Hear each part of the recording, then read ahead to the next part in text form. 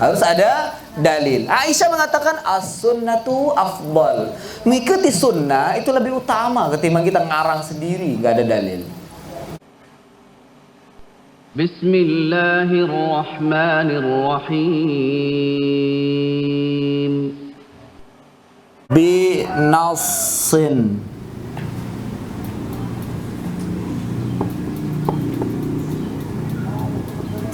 Illa binassin au tauqifin.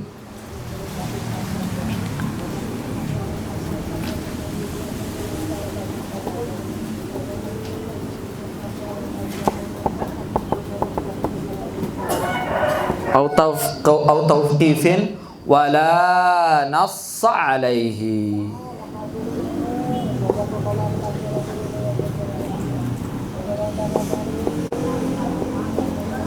Wala nass alaihi fahuwa bid'ah.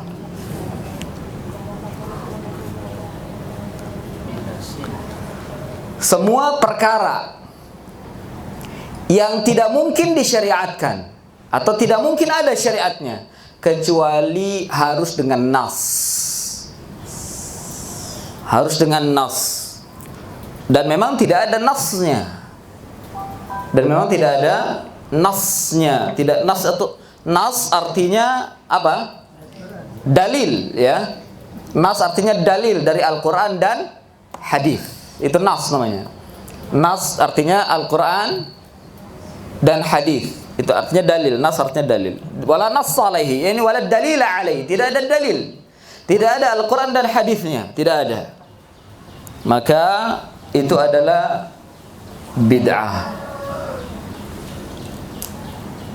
Kecuali kalau datang dari sahabat dan sahabat mengamalkannya berulang-ulang dan tidak ada yang mengingkarinya, maka dipastikan itu ia tidak melakukan ibadah tersebut melainkan ada contoh dari Nabi Sallallahu Alaihi Wasallam. Karena hukum asal sahabat itu mereka tidak berani membuat syariat sendiri tanpa ada contoh dari Rasulullah Sallallahu Alaihi Wasallam.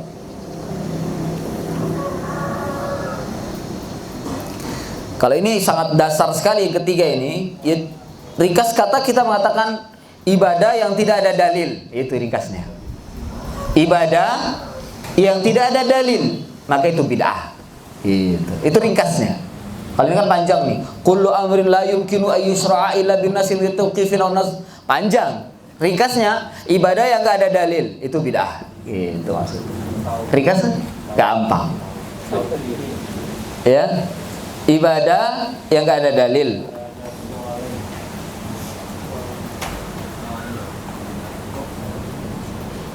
Dan kalau ingin mengadakan ibadah tersebut butuh dalil, maka itu bid'ah. Contoh di sini diberikan contoh, dibawakan sebuah riwayat oleh Syekh Ali bin Hasan Al-Halabi rahimahullah taala.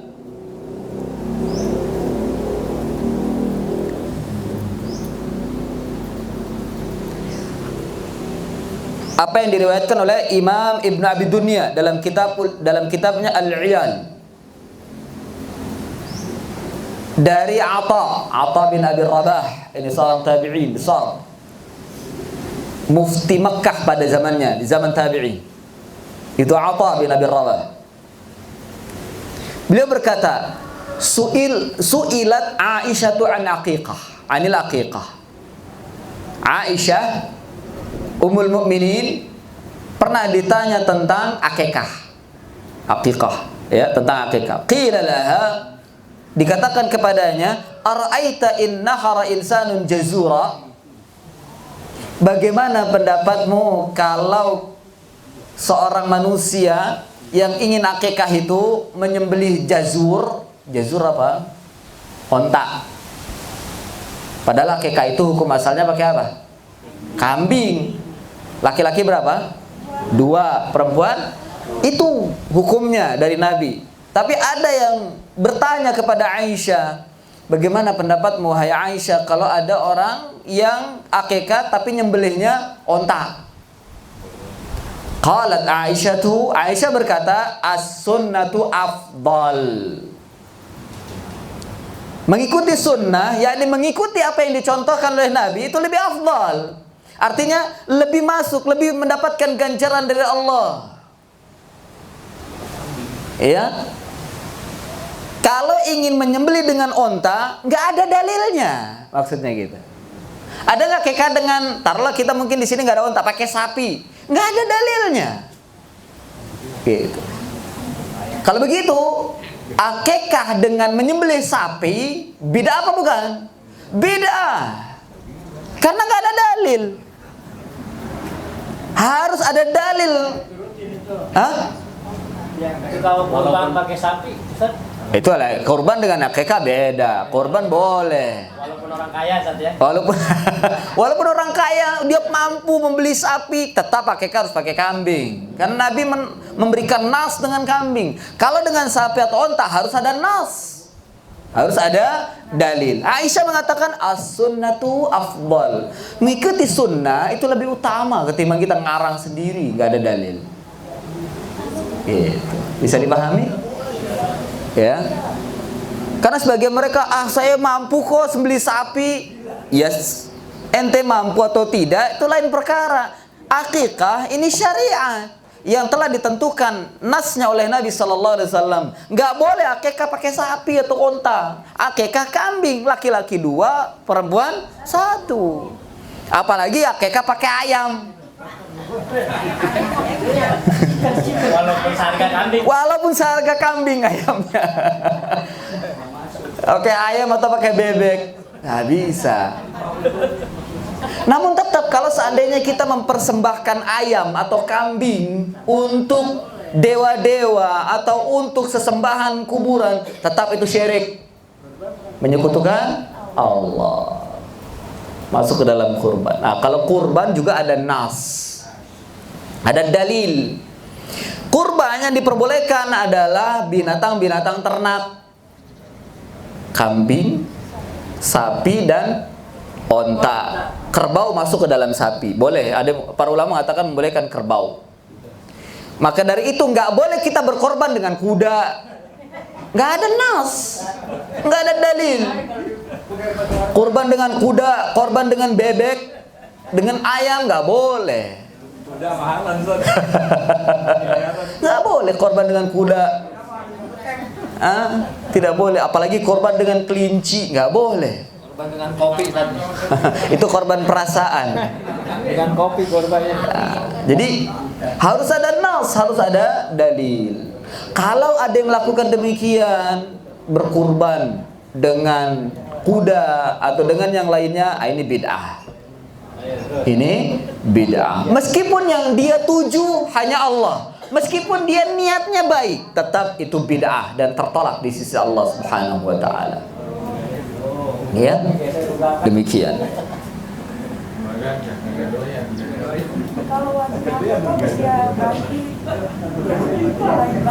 Iya, yang sunnah 7 hari. Usia 7 hari. Sebelumnya belum nggak selesai pernah melahirkan laki-laki. Sembelihnya waktu 3 hari. Satu malam udah meninggal. Oh, ya di hari ke-7. Kalau sudah meninggal sebelum hari ke-7 tidak perlu diakikahkan. Tak perlu. Kecuali kalau meninggalnya lebih dari 7 hari, kemudian meninggal dan belum sempat akikah, maka akikahkan. Kita cuma 1 hari hidupnya. Iya, kalau meninggalnya belum 7 hari, tidak ada akikah. Tapi kalau sudah meninggalnya lebih dari 7 hari, umpama sebulan meninggal bayi ini, dan belum sempat diakikahkan, maka akikahkan. Yang sunnah itu di hari ke-7. Ustaz, hari ke-7 nggak mampu, boleh di hari yang lain, tapi itu mubah saja hukumnya. Karena Nabi juga menyembelih atau berakikah untuk dirinya ketika beliau di masa diangkat menjadi Nabi. Artinya usia 40 tahun. Dan hadis ini ada dalam silsilah hadits sahih oleh Imam Al-Albani. Ini ada nas. Ini ada nas. Ya, demikian. Meninggal dalam perut nggak dapat itu. Hah? Meninggal dalam perut tidak ada akikah. Kan sebelum 7 hari ya boleh. Iya. Karena disyariatkan akikah itu ketika berusia 7 hari. Makanya Ustadz saya akikah tapi usianya 4 hari. Bid'ah, karena harus ada nas. Harus ada nas. Gak ada nas, gak ada dalil akikah umurnya 4 hari. Keumuman 40 hari kan?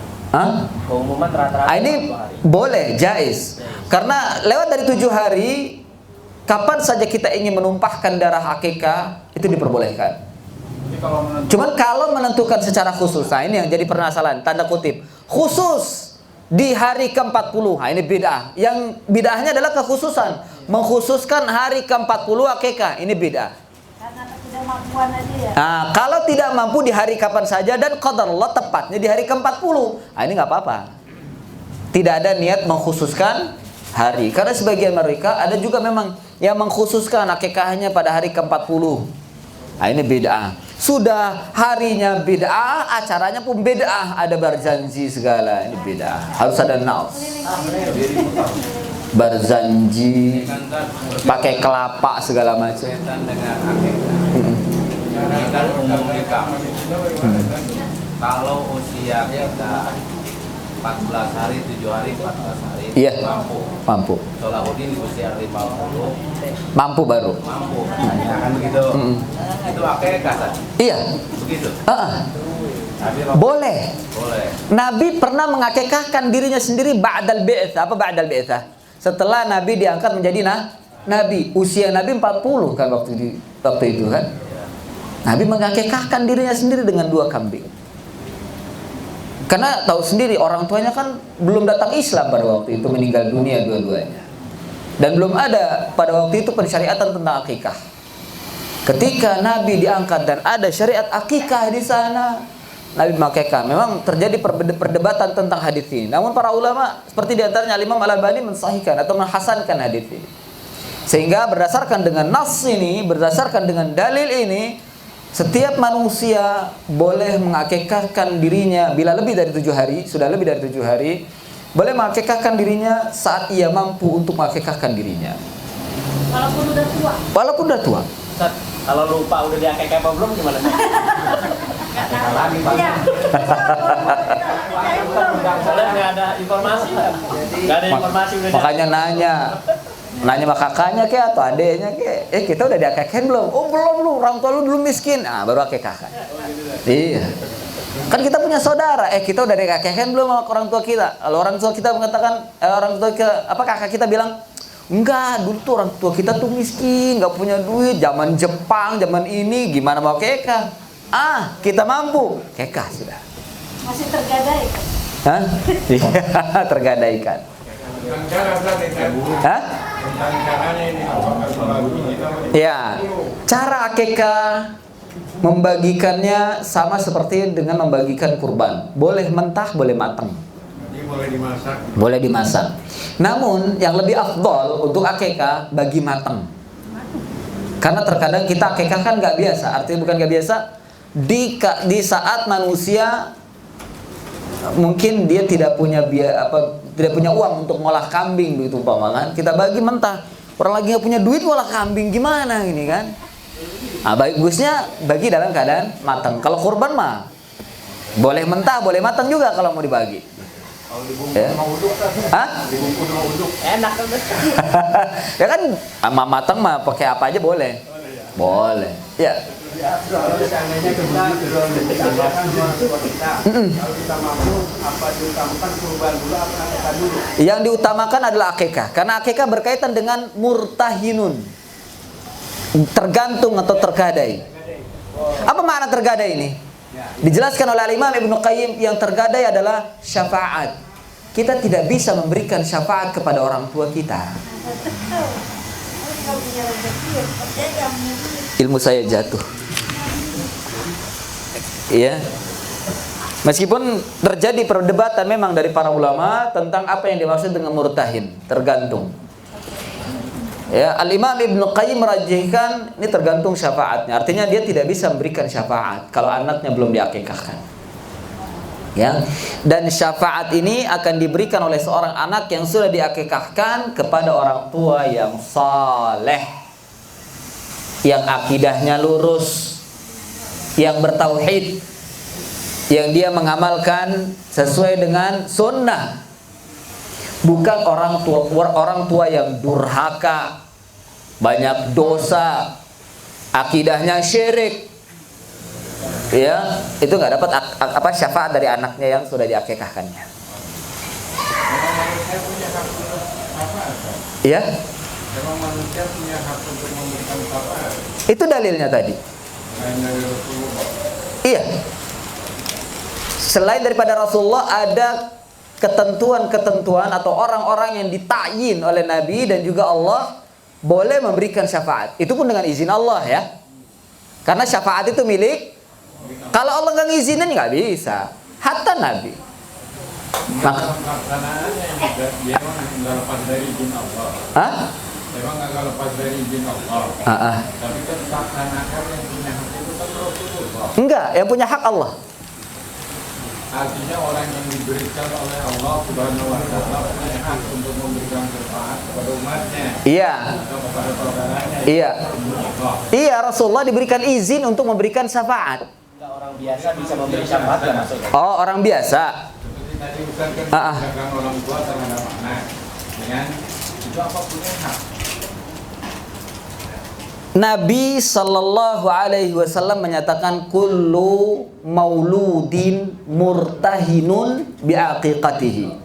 Terjadi perdebatan para ulama dengan kalimat murtahin. Apa murtahin?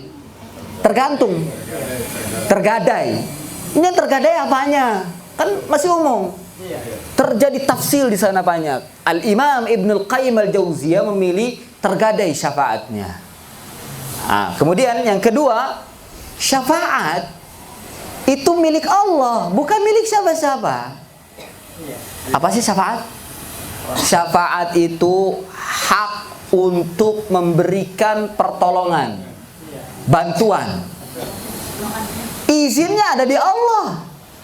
Nabi, berdasarkan dengan ayat atau hadis, Nabi bisa memberikan syafaat, tapi semuanya dengan izin Allah.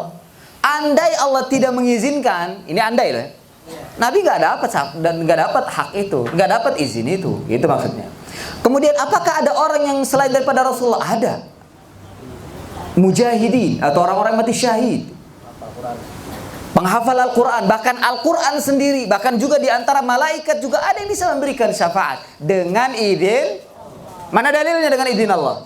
Loh kan kita tiap hari baca ayat kursi, masa nggak tahu paham maknanya?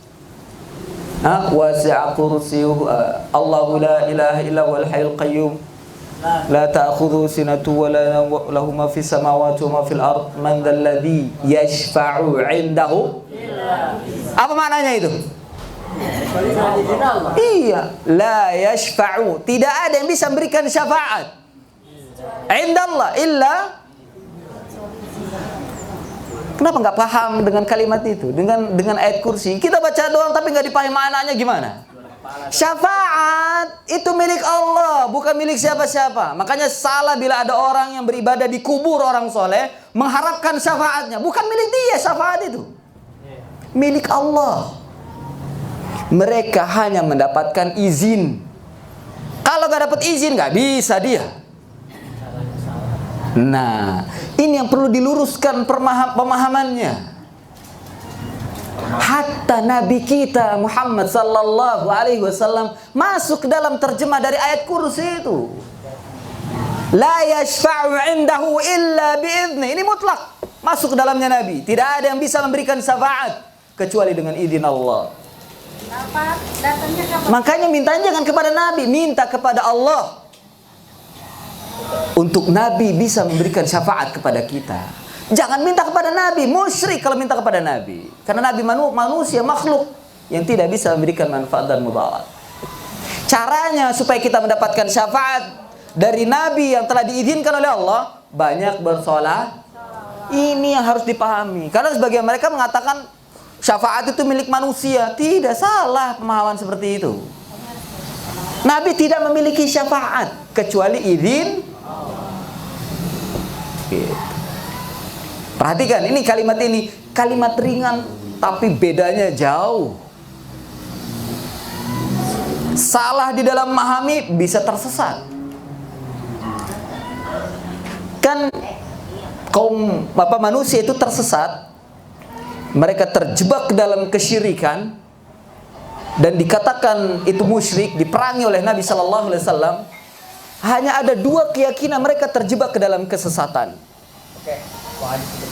Yang pertama, mereka beribadah kepada orang-orang soleh untuk mendekatkan diri kepada Allah.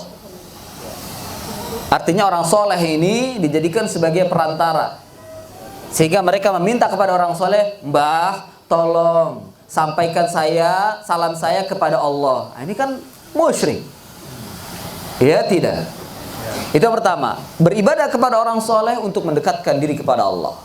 Apa yang mereka sebut tawasul yang salah, tawasul yang musyrik. Yang kedua, mereka beribadah kepada orang soleh yang sudah mati hanya untuk mendapatkan syafaatnya. Dia sangka orang ini bisa memberikan syafaat, padahal syafaat itu milik Allah. Gitu. Tahu dari mana orang ini bisa memberikan syafaat? Hanya sekedar dia tahu kehidupannya saleh. Belum tentu dia bisa memberikan syafaat. Jangankan mereka, nabi pun saja atau para nabi pun, bukan hanya Nabi Muhammad saja, para nabi, mereka tidak akan bisa memberikan syafaat kecuali dengan izin Allah. Jangankan para nabi, malaikat sekalipun, Jibril sekalipun, dia tidak akan bisa memberikan syafaat kecuali dengan izin Allah Subhanahu. Ini yang harus dipahami, jangan sampai kita terjebak ke dalam kesyirikan. Nah, ini yang banyak manusia salah di dalam memahaminya, sehingga mereka terjebak ke dalam kesyirikan. Akhirnya mereka beribadah hanya untuk mendapatkan itu. Mari kita bersolawat agar kita mendapatkan syafaat dari Nabi. Loh, jangan begitu lafaznya. Ya, kita berdoa kepada Allah dengan bersolawat kepada Nabi. Semoga Allah mengizinkan Nabi kita Muhammad sallallahu alaihi wasallam memberikan syafaat kepada kita. Itu yang benar. Bisa dipahami? Ini yang benar. Lagi. Direkam. Ya, saya ulangi. Salah jika mengatakan mari kita bersolawat agar kita mendapatkan syafaat dari Nabi. Ini kesalahan. Bahaya lafaz ini. Bisa syirik. Lafaz yang benar adalah mari kita berdoa kepada Allah dengan bersolawat kepada Nabi agar Allah mengizinkan Nabi kita Muhammad sallallahu alaihi wasallam untuk memberikan syafaat kepada kita nanti pada hari kiamat. Itu yang benar. Izin, ada izin dari Allah. Dimintanya kepada Allah. Mintanya kepada Allah, bukan kepada Nabi Muhammad. Nabi Muhammad, Nabi kita yang harus kita ikuti, Nabi kita yang mulia yang harus kita ikuti dalam ibadah kepada Allah. Bukan kita minta, bukan. Karena Nabi bukan Tuhan. Ya. Membaca salat yang berdasarkan Al-Sunnah wal Jamaah. Allahumma sholli ala sayyidina Muhammad atau Allahumma sholli ala Muhammad. Tentang lafaz sayyidina. Lafaz sayyidina berbeda pendapat para ulama.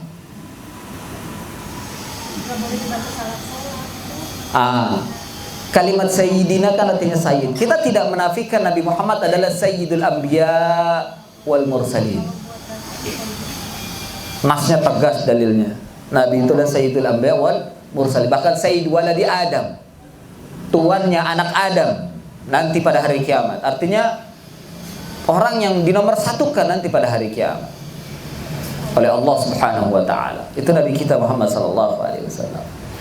Nah, meskipun beliau itu sayyid dan beliau lebih tahu tentang masalah itu, namun ketika mengajarkan salawat, beliau tidak mencantumkan itu dalam hadisnya.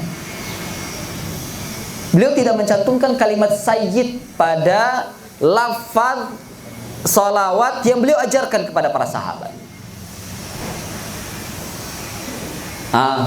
Sebagian ulama ada menyatakan iya, kalau pada salawat yang kita baca di tempat-tempat atau di waktu-waktu tertentu yang sudah ditetapkan nasnya, ada tauqifiyah tadi, ada nasnya, maka kita harus sesuai dengan apa yang diajarkan oleh Nabi. Nggak boleh ditambah, tidak boleh dikurang. Hatta itu sayyid. Contohnya di mana? Contohnya ketika sholawat di dalam sholat, di tahiyat. Nah, ini tidak perlu kita tambah. Lalu bagaimana kalau di luar? Di luar sholat. Di luar sholat, sebagian ulama ada yang membolehkan. Karena sholawat di luar sholat adalah zikir secara mutlak. Ya, zikir skala mutlak, dan lafaz ini pun tidak merubah makna. Tidak merubah makna, maka diperbolehkan. Bahkan kita boleh bersalawat dengan lafaz yang tidak ada. Artinya Nabi tidak mengajarkan, namun tidak jauh dari teks, apalagi membawa kepada kesyirikan. Diperbolehkan. Tapi kalau ada salawat-salawat yang sudah keluar dan jauh dari akidah, bahkan sudah membawa kepada kesyirikan, maka ini ditolak salawat tersebut. Seperti kita tadi di pembukaan, saya bersolawat setelah asyhadu an la ilaha illallah wahdahu la syarika lahu wa asyhadu anna muhammadan abduhu wa rasuluh. Kemudian saya solawat, Allahumma salli wa sallim ala nabiyyina Muhammadin wa ala alihi wa ashabihi wa man sara ala nahji. Ini kan salawat semuanya. Ya, salawat zikir secara mutlak. Nah, ini diperbolehkan. Tapi saya tidak bacanya di dalam salat. Kalau saya baca dalam salat, Allahumma sholli ala Muhammad, Allahumma sholli ala sayyidina Muhammadin wa ala alihi wa sahbihi, ini tidak ada. Ini bid'ah. Ya, ini bid'ah. Tapi kalau di luar salat, kemudian di lafaznya di sana ada kalimat sayyidina fala haraj alaih. Tidak ada keberatan. Namun udahlah, keluar dari perdebatan. Khairul hadi Muhammadin sallallahu alaihi wasallam. Supaya tidak terjebak ke dalam hal-hal yang dilarang, ya udah kita ikuti contoh Nabi Muhammad saja. Itu lebih selamat. Bukan berarti kaku amat. Enggak, kita enggak kaku, kita hanya berhati-hati supaya tidak terjebak ke dalam bid'ah. Itu saja. Itu saja. Karena bid'ah itu berbahaya. Iya, yang keempat, ma ulsiqa bil ibadati min adatil kuffar. Yang keempat,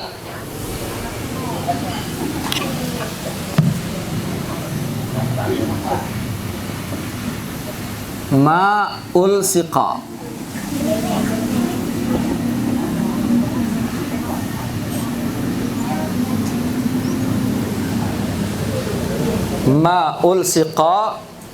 bil ibadati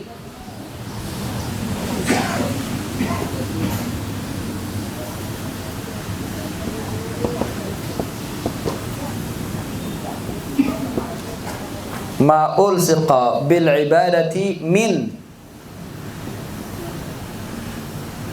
adati al kuffar.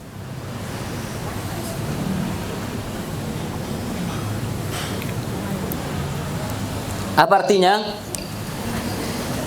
Apa-apa yang dilekatkan dengan ibadah, dengan nama ibadah, tapi berasal dari adat istiadat orang-orang kafir, atau adat istiadat agama kufar. Ya, saya ulangi. Yang keempat, ma'ul siqo, apa-apa yang dilekatkan atau ditempelkan atau dinisbahkan, dimasukkan bil ibadah, dengan ibadah, min adatil kufar, yang berasal dari adat istiadat atau bahkan mungkin dari cara ibadahnya orang-orang kafir, dimasukkan ke dalam Islam, maka ini bid'ah. Maka ini bid'ah. Banyak sekali di negeri kita ini adat istiadat, cara-cara ibadah orang-orang kafir dimasukkan ke dalam Islam, dimasukkan ke dalam cara ibadah Islam. Ya. Dan ini pengakuan dari orang-orang mereka sendiri. Ya, seperti yang beredar di negeri kita itu.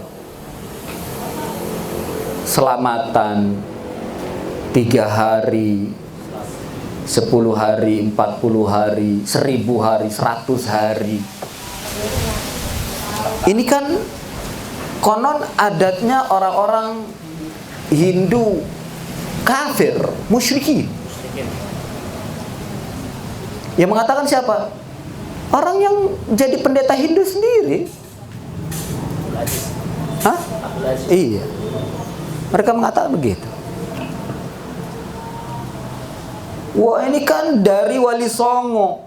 Hatu burhanakum in kuntum shadiqin.